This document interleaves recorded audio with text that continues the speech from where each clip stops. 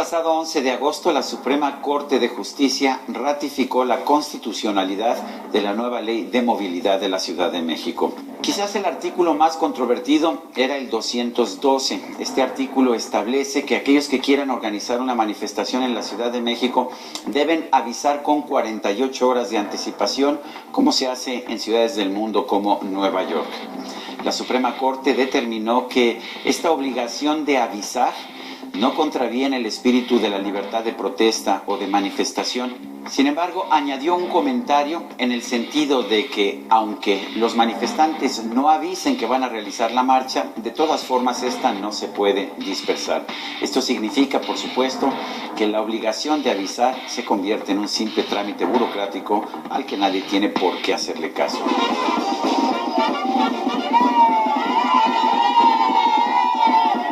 Otro tema controvertido fue el artículo 213 de esta ley de movilidad. Los ministros determinaron que sí se puede prohibir la realización de marchas o manifestaciones en las vías primarias de circulación continua, esto es el periférico o el viaducto en la Ciudad de México. También determinaron que es constitucional prohibir los bloqueos de estas vías de comunicación.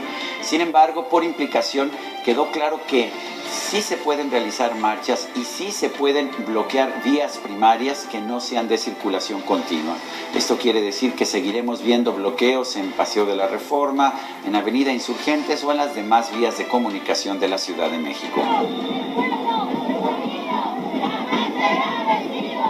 La idea que plantean los líderes que viven de estas manifestaciones en el sentido de que impedir las manifestaciones o impedir los bloqueos de calles o avenidas es una violación a la libertad de protesta y algo que solamente se ve en las dictaduras es por supuesto completamente falso.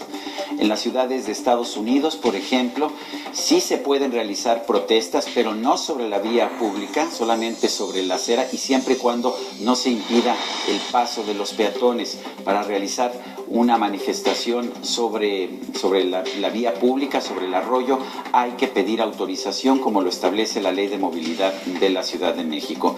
En Madrid esta autorización hay que pedirla cuando menos 10 días antes, cosa que en México habría parecido simple y sencillamente inaceptable. En otras ciudades del mundo se respeta el derecho de los transeúntes, el derecho también de los automovilistas, mientras que en la Ciudad de México se privilegia el derecho de los manifestantes. Quizá lo más curioso del caso es que la nueva ley de movilidad establece que las manifestaciones deben llevarse a cabo para propósitos perfectamente lícitos. Yo no sé bien qué sea eso y me pregunto si puede haber un propósito perfectamente ilícito o imperfectamente ilícito.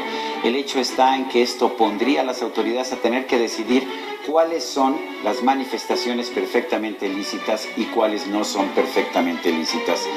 En otras ciudades del mundo, en países democráticos, en ciudades como Nueva York, no se permiten los bloqueos de avenidas ni de calles, pero las manifestaciones sí se pueden llevar a cabo siempre y cuando la policía, cuando otorga la autorización, no considere el propósito de la legislación.